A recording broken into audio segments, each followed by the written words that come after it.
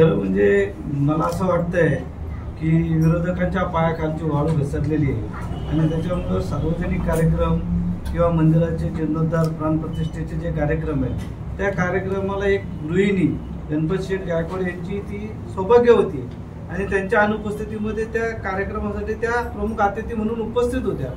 त्या उपस्थित असल्यानंतर त्या गावकीची जी स्वागताची जीप आहे त्या जीपमध्ये त्यांनी गावकऱ्यांनी त्यांना बसवल्याच्या नंतर त्यावेळेला आपले आदरणीय संजय राऊत साहेब आणि इथल्या महाविकास आघाडीच्या उमेदवार वैशालीताई दरेकर या त्यांनी चढल्याच्या नंतर त्यांनी अशा पद्धतीचं राजकारण करण्याची काही आवश्यकता नव्हती।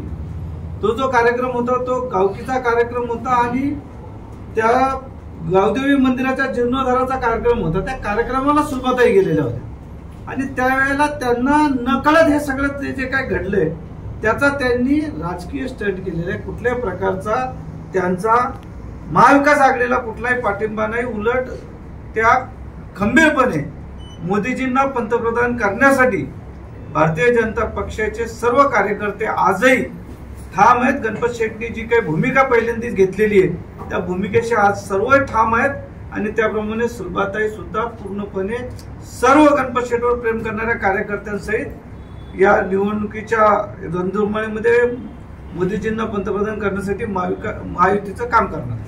नाना 15 वर्षा ताई नवीन आहेत, परंतु ताई सोबत जे लोक आहेत जे गणपत गायकवाड यांचे कार्यकर्ते म्हणा त्यांचे सहकारी म्हणा त्या लोकांना हे माहीत नाही की आपला कोणी फायदा करून घेतो।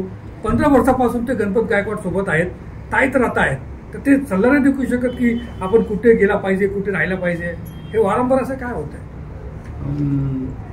खरं म्हणजे आपल्या लक्षात यायला पाहिजे जर त्यांनी जर पूर्ण जर त्याचं जर शूटिंग कोणाकडे असेल तर सुलभाताई अगोदर त्या गाडीवर चढल्या होत्या आणि नंतर ही बाकीची मंडळी त्या गाडीमध्ये चढली आणि आपल्या सगळ्यांना माहिती की ते स्वागताची जी काही व्यवस्था आहे ती त्या मंदिर व्यवस्थापनाकडून होती, त्यामुळे बाकीच्यांकडून काही चूक झाली नाही। त्याचा राजकीय लाभ उठवण्याचा प्रयत्न झाला, याच्यातून कुठे ना कुठेतरी गैरसमज पसरवणे आणि चुकीच्या पद्धतीने या सगळ्याचं इंटरप्रिटेशन करणे हा असा प्रकार याच्यातून महाविकास आघाडीकडून होतो।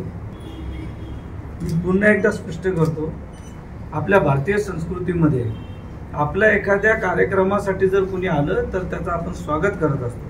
तो कार्यक्रम गुढीपाडव्याचा आपला सांस्कृतिक कार्यक्रम होता आणि त्या सांस्कृतिक कार्यक्रमाला कोणी योगायोगाने त्या उमेदवार आहेत, श्रीकांत शिंदे साहेब सुद्धा आले असते किंवा आणखीन कुणी जरी समजा उमेदवार असता, आज खरं तर बाकीच्या कुणाच्या उमेदवारी घोषित नाहीयेत, कोणी आला असतं तर त्याचं स्वागताध्यक्ष या नात्याने सुलभाताई गायकवाड यांनी करणं हे त्यांचं कर्तव्य आहे।